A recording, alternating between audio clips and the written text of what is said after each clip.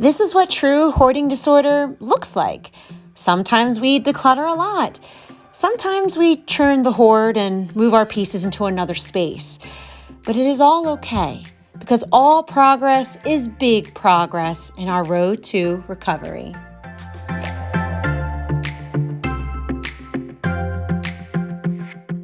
Starting next week, I'm going back to part-time hours at work.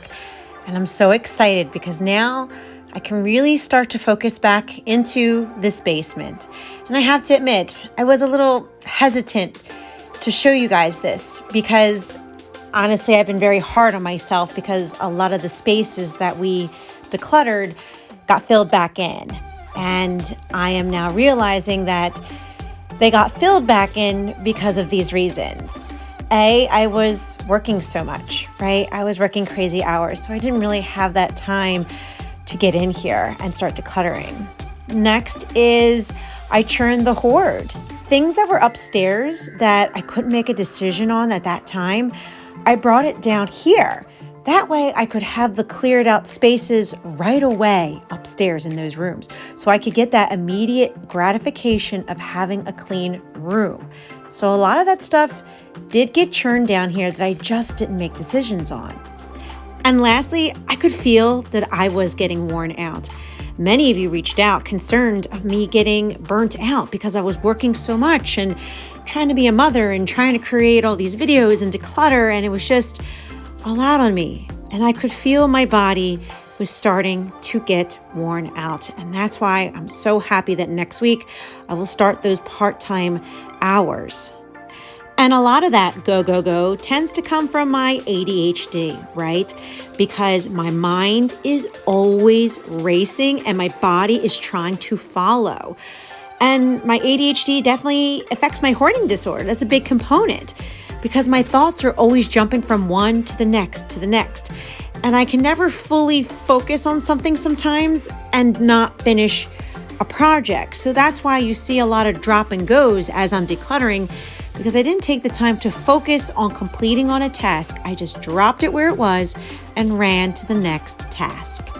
And I'm sharing this with all of you during the basement tour because I felt really anxious about recording in here and getting back into decluttering it because I felt shame. We made so much progress last year in 2020. And I didn't want my anxiety and shamefulness to get in the way of any kind of progress that I had, right? My hoarding is really triggered by my anxiety. But I don't want to feel guilty. I don't want to feel guilty for showing you my truth. This is hoarding disorder. And this is a mental disorder. And I can admit it. I can admit that I have this and I've made amazing progress, but that I may have also relapsed, but that it is okay. Like any other addiction, there's going to be some relapses. Just because I snowplowed some stuff from upstairs because I couldn't make a decision at the time doesn't make me a failure for bringing it down here. It really doesn't. It doesn't make me hopeless because you know what? I'm not giving up. Today is a new day, and I'm doing this for my family and every single person who struggles with this mental illness. It's okay. It's okay to have these relapses. It's okay to have setbacks sometimes, as long as you take the break that you need to recover and keep trying and to keep decluttering what feels right in your heart. We can do this day by day. We can keep each other encouraged and loved and supported as we start to declutter these spaces again and continue to make progress in our decluttering and opening up more and more spaces in this basement. Now, over here, there is a lot of yard sale stuff, and we're going to be having a yard sale very soon. The weather's kind of in our favor. We kind of need to have it soon before it's officially summer and people aren't really home. They're at the shore more. So all of this section is the yard sale section, and I would like to get this closer to the front of the basement, since we're going to be having that soon. That way it's easier for us to carry it up, and it'll actually start to open up this back space too. And last year, this is where we stopped decluttering. So all this stuff over here, I'm not really sure what's in here. There are a lot of empty boxes like this. So let's just do a tossy-tossy right away. We can recycle that. We can do tossy-tossies on tours, right? And my goal for the rest of this year is finally complete decluttering this basement, where we can finally have open spaces, because my youngest said how by next Christmas, meaning 2021, he wanted to have a play area in the basement to freely go into. And I really would like to make that dream come true for him. So the more I express my heart with all of you, and now I've kind of released this shame of showing you how messy it is, I feel a lot better. I feel a lot better. I feel a lot less anxiety and a lot more inner strength within myself to regroup and finally start decluttering in this basement again. So now that I gave the tour, it's time to move on to what I'm calling the yard sale prep, which is basically, for me in hoarding disorder, is getting a space towards the front of the basement where all of the yard sale stuff is going to be together in one spot. And since this area by the steps already has a few bins of yard sale stuff within it, I'll clear out this space. That way I can get all of the yard sale stuff together in one shot, so it's really easy to bring it all up on yard sale day. So when I start, I look at the easiest thing I can begin with to get the momentum going. And that is my bin of summer clothes. I've already been picking through them because it's 80 degrees this week, so I can bring that upstairs. Next is, I'm noticing there's a lot of empty bins down here and organizational pieces that are randomly scattered all over. So I think what's best to do is to start collecting all of those organizational pieces and start putting them together in one place. That way I have it all together. Next, I'm going to start gathering all of these miscellaneous yard sale bins and start stacking them on top of each other. That way I can start to open up more floor space, because I do have some more bins scattered around the basement.